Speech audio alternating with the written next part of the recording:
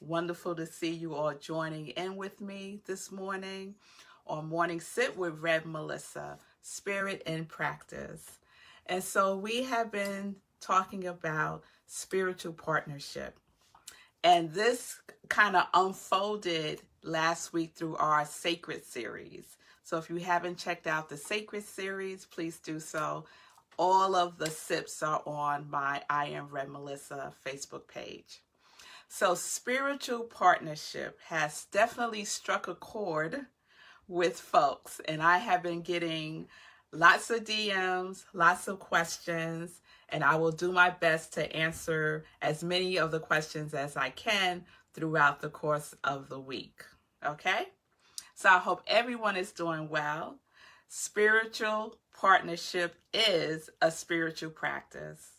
It is something that when you put the effort and the energy and the intention in it every day to be in spiritual partnership with someone, it's a wonderful, delicious thing. So looking at spiritual partnership as a spiritual practice can shift your whole perspective about growing and being in relationship with another person. So we're going to keep this going. We know that spiritual partnership is a commitment to each other's spiritual growth, right? To the evolution of our soul. Because spiritual partnership is a consciousness of oneness. It's a consciousness of growth. It's a consciousness of expansion. The consciousness of spiritual partnership. Okay? So we talked yesterday and maybe even the day on Friday about having those conversations, having those important conversations about how we are relating with each other in a spiritual partnership. What is our intention in being in relationship with each other? Have that conversation. What is your intention? As a couple, as partners, are you walking in the same direction as your partner is? And the commitment to changing the person is not what I'm talking about. So in spirit, so this is to answer one of the questions. So one of the questions had to do with is spiritual partnership about being committed to wanting the person to change, right? So I want to clarify this because this is really important. How many of us get into relationships, the person is the person that they are, and we start thinking about the ways in which we want them to change. We wish they were this. We wish they would do that. I know I have, and sometimes I have to catch myself still doing it. So a consciousness of wanting to change a person, wanting them to be different, is different from being committed to their spiritual growth. So don't try to play mind tricks on yourself and think that, oh yes, I'm committed to his growth because I can see that he needs to change 1, 2, 3 things about him. You know, if he fixed those things, he will be on the path to awakening. You know, we play those games with ourselves in our relationships. The person that is before you is the person that you are consciously choosing to be in relationship with.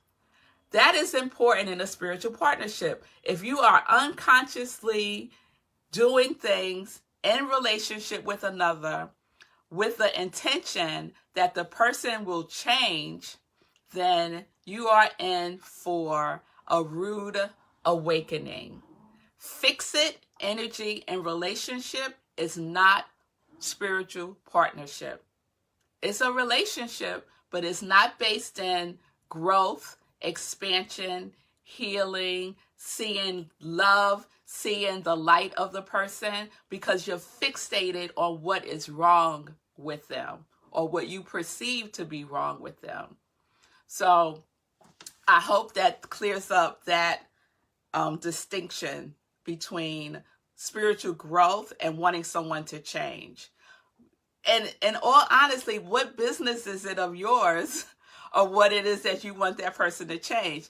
And whatever it is that you want that person to change, beneath it is probably something that you need to change within yourself, because it's all a reflection back. So that's an opportunity for you to check in with yourself. When you're like, oh, I wish he would fix this, I wish he would do this, check yourself. That's not the energy of spiritual partnership. Okay? So thinking that you want someone to change into what you want them to be is not spiritual partnership. Growing, being in a committed relationship where each person is invested in the other person's spiritual growth is what we're talking about when we talk about spiritual partnership. So what is the feeling tone of your relationship? What's the feeling tone that you have? And think about it. If you're not in a relationship right now, what was the feeling tone of the relationship that you were in? Was it a feeling tone of appreciation, gratitude, harmony, expansion, clarity, forgiveness? Was that the feeling tone of the relationship? Or was it something else? Was it a feeling tone of disharmony, a feeling tone of control, a feeling tone of inauthenticity? What was the feeling tone? And that's another conversation that you can have with your spiritual partner. What feeling tone are we co-creating together in our relationship? Like, have the conversation. Oh, I want a feeling tone. I want a feeling tone of enthusiasm in our relationship. Okay, so we're clear. Enthusiasm is the feeling tone of our relationship. Joy is a feeling tone of our relationship. Having a feeling tone of, I'm wrong, I can't do anything right, there's nothing I could do to make you happy. That underlining feeling tone, be aware of it. Be aware of it. That's fixed energy. That's low frequency energy. Spiritual partnership is on a higher vibration. It's a higher frequency because the frequency is love, just as the person is, knowing that you are committed to their spiritual growth. You are committed to their spiritual growth. Very different. So have that conversation. I'm not just saying this like for play. I'm saying this for real. Have the conversation about what you want the feeling tone of your relationship to be. What is your intention and what are you placing attention in your experience with the other person? What is it? What are you paying attention to? Are you paying attention to everything that you think they're doing wrong? Or are you paying attention to the wonderful things that they're doing? I know I have to catch myself sometimes with my husband and start, nitpicking on every little thing that I think he could do better or I think he didn't do. Right? I have to catch myself. I have to go within and say to myself, okay, Melissa, what are the things that you haven't done? What are the things that you need to check within yourself? And stop projecting that out onto the other person. So, whatever your intention is, that is where your attention will go. So, is your intention on supporting the spiritual growth of the other person or not? Is your intention a creative dynamic? Or is it a limiting dynamic? A limiting dynamic. The feeling tone of limitation is something that is not in a spiritual partnership because it's all about growth. It's all about expansion.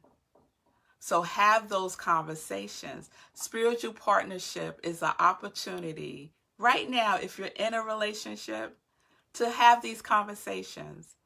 What are we growing in together? What is our intention for our relationship? What are the things that you feel within yourself that you need to release and heal? I want to support you in that. What is the feeling tone that we are creating in our relationship? Those are dynamic conversations, high vibration conversations, conscious conversations of consciousness of love is what we are cultivating in spiritual partnership.